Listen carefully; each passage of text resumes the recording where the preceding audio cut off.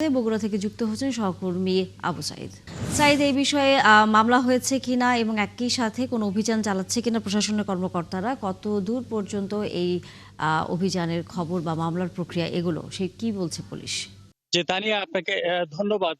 আপনি যেমনটি বলছিলেন যে গতকাল রাতে যখন দুর্বৃত্তদের একটি গাড়ি দুপচাঁচিয়া উপজেলা সদরে আসে এবং লোটো শোরুমের সামনে থেকে ওনারা যখন শোরুমটি বন্ধ করছিল, ঠিক তার কয়েক মিনিট আগেই তারা শোরুমের সামনে এসে অবস্থান নেয় এবং কিছুক্ষণ পরেই তারা কিন্তু অস্ত্রের মুখে এই পিন্টুকে সেখান থেকে জিম্মি করে মাইক্রোবাসে তোলা হয়। এবং এই সিসিটিভির এই ফুটেজটি যখন বিভিন্ন জায়গায় বা সামাজিক যোগাযোগ মাধ্যমে ঘুরছিল, ঠিক সেই সময়ই ওই মাইক্রোবাসের যিনি মালিক, তিনি কিন্তু সেখানে যে একটি ডিভাইস লাগানো ছিল সেই ডিভাইসটা বন্ধ করে দেওয়ার পরে আহ, গাড়িটি অটোমেটিক মানে চলাচল বন্ধ হয়ে যায়। এরপরই আদমদিঘিতে পুলিশ অভিযান চালিয়ে আহ, এই গাড়ির ড্রাইভার সহ আরো একজনকে আটক করে এবং আহ, অচেতন অবস্থায় সেখানে কিন্তু এই পিন্টুকে উদ্ধার করে। পরবর্তীতে হসপিটালে নিয়ে আসার পরে ডাক্তার তাকে মৃত ঘোষণা করে এবং পাশে থাকা দুর্বৃত্তরা তারা কিন্তু সেখান থেকে পালিয়ে যায়।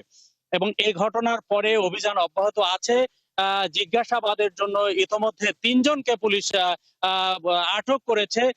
এ পর্যন্ত থানায় মামলা দায়ের হয়নি, তবে মামলার প্রক্রিয়া চলছে।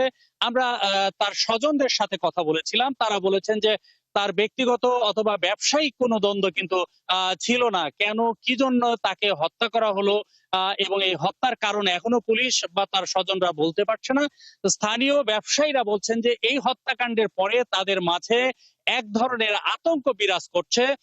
তারা দাবি জানিয়েছে যে অভিযুক্তদেরকে দ্রুত শনাক্ত করে আইনের মুখোমুখি করা হোক এবং ব্যবসায়ী বান্ধব একটি পরিবেশ চালু করা হোক, তা না হলে তাদের মধ্যে এক ধরনের ভীতি কাজ করছে।